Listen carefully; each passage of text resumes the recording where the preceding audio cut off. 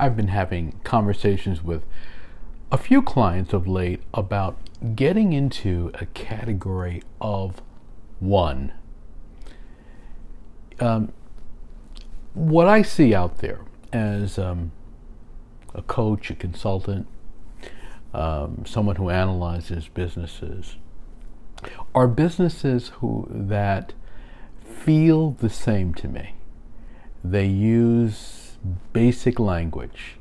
They might have a certain marketing style, strategy, but very often they are very similar, and they don't think they're similar because what they're really expressing is their own commitment to certain ideas and their own ideas of what is professional, what is significant, what is appealing. But often to clients and to the audience at large, it sounds very much the same. It sounds like the messaging that they hear everywhere. Now, it's very hard to be unique. It's hard to be unique because no matter what category you are working in, you are going to say some things that others are saying. There's no question about it. That does not mean you shouldn't make that effort. You could use similar words, you could even use the same words, but you have to find something that you can say about yourself that only you can say. And if you can do that, that will help you cut through. It'll help you with your sales conversations, and it will help you have a dialogue with clients that will enable them to sell you to their partners, to their family, to their staff, internally, and it will help them understand your unique value. So it's, I guess, a unique value proposition. Those words are used a lot, but what does that really mean? So when I tell people that I worked on this particular campaign of some kind, or my company was the first company to stream sports video way back in the 90s to professionals in the sports business, that we developed a portfolio of unique corporate, online brands, that we came up with certain strategies that weren't used by others, that we introduced database marketing and loyalty marketing in markets that didn't exist, that we did some of the first websites for professional sports teams, integrating those ideas, that I developed a unique channel aimed at fans of urban sports and fashion, that I could go on and on with a number of things, and those are all unique to me. Those are things that I did. So you have to figure out what can you say? Is your thinking unique? Is your experience unique? Are you unique because you're the only person in the area that does something? Are you unique because you're the only person that does a certain thing at this time in history? At this time, given certain aspects of that are no longer available. There are companies out there that rent old automobiles. A lot of companies rent automobiles, but there's a certain company that rents automobiles for movie shoots, that can have certain things available to you that others cannot. I mean, that's a unique offering. So you have to figure out how you can say that about yourself, whether you have a company, whether you work as a consultant, whether you're a speaker, whether you're whatever it is you do. There's something that you do uniquely that you might underestimate, you might undervalue, but it will separate you from others.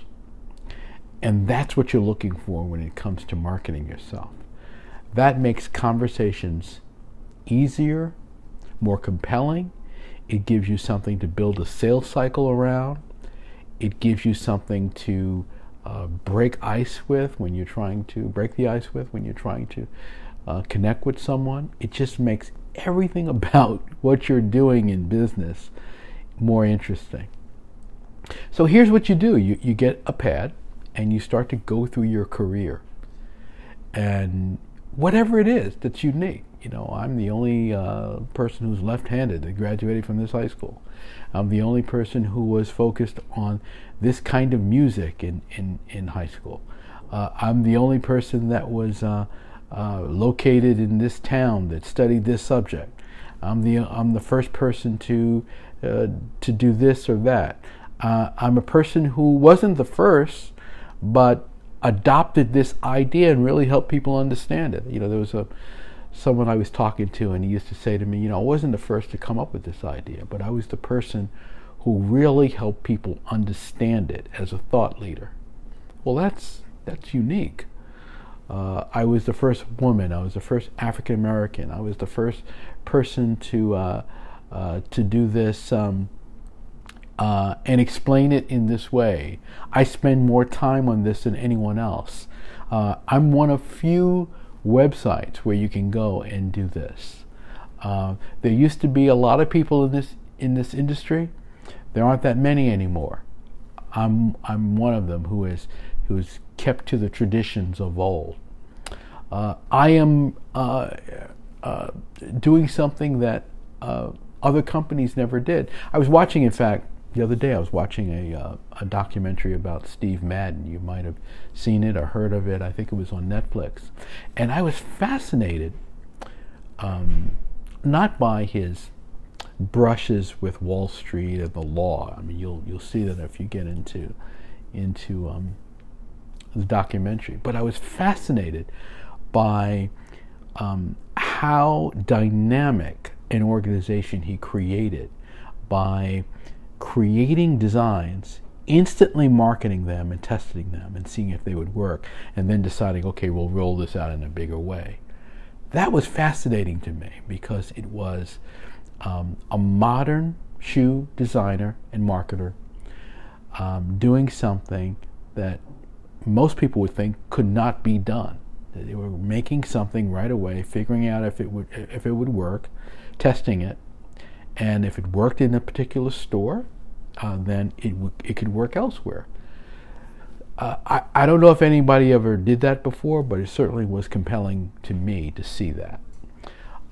So these things give you competitive edges, and you've got to figure out how you can be more dynamic, not only in your offering, but in your messaging, and how you can link the two so that your prospects and clients really understand you, and you're not saying the most basic things. The analogy I gave to a client recently was, if a restaurant said to you, hey, we welcome you in, we take you to a seat, we tell you what our specials are, and then we take your order. And I tell this to the chef, and then I bring out what you've ordered, and it comes out fairly quickly, and it's what you asked for. Well, those are all things that are expected. And so if you are saying that as a restaurant, you've got to go deeper than that. You've got to be more interesting than that. You have to be more creative than that. You have to be more compelling than that. That's what I'm asking you to do, is to figure out what it is that you can say that's unique, that no one else can say. When you figure that out, what no one else can say, then you're on to something. You're on to a pattern. You're on to a strategy of marketing that you can leverage in a very big way. And that's when you can really gain traction and momentum. If you like this tip, let me know. Give me a thumbs up. Share it with someone in your network. Make sure you subscribe to my channel. I have a lot more here, a lot more coming, and I look forward to seeing you next time.